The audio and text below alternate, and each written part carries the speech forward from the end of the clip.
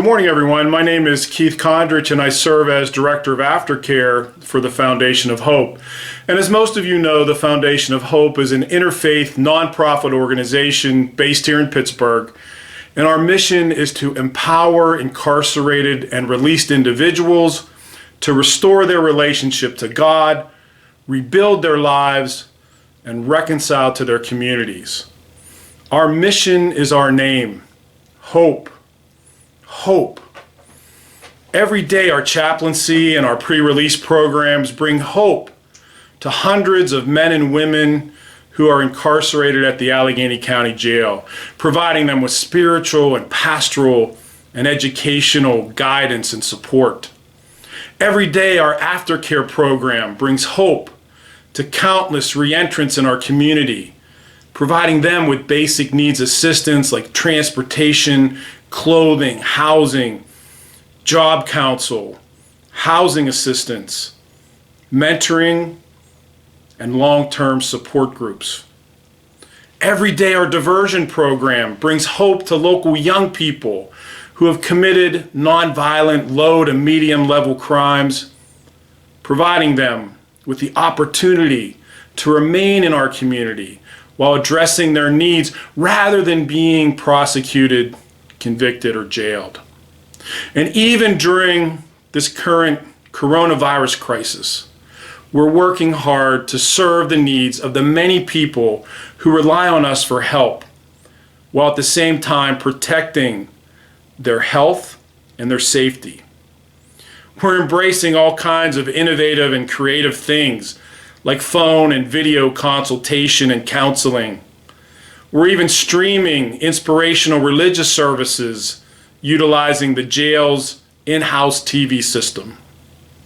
And we're so grateful to you, all of you, for your continued material and, more importantly, spiritual support.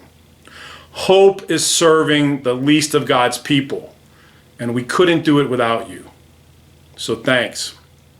For today's moment of hope, I wanted to share a story about St. Charles Borromeo. St. Charles was the Archbishop of Milan in the 16th century. And the story goes that St. Charles and a few other priests were engaged in a friendly game of billiards. They were shooting pool one night. And while the game progressed, one of the priests asked the group, he said, "If we knew that the world was going to end in 1 hour, what should we do?" If we knew the world was going to end in 1 hour, what should we do? One of the priests said, "If I knew the world was going to end in an hour, I would immediately fall down on my knees and pray unceasingly for that hour, just getting ready to meet my Maker." Another priest said, "Well, if I knew the world was going to end in an hour, I would go to one of you for confession. I would confess all of my sins, all of the wrongs that I've done throughout my life, so that I can meet God with a clean conscience in an hour." Well, they were all waiting to see what St. Charles would say, what his answer might be. After a moment of silence, St. Charles bent over the pool table, struck the cue ball, sunk the 8-ball in the corner pocket, and said, "If I knew the world was going to end in an hour, I would quietly continue the game. For I began it, just like I begin all things, with the intention of honoring God. I should quietly continue the game." My friends, times like these tempt us. They tempt us to circle the wagons. They tempt us to despair. They tempt us to put our lives on hold, to turn inward. But we are people of hope. We are people of hope. And as people of hope, we are called, in the words of St. Charles, to continue the game.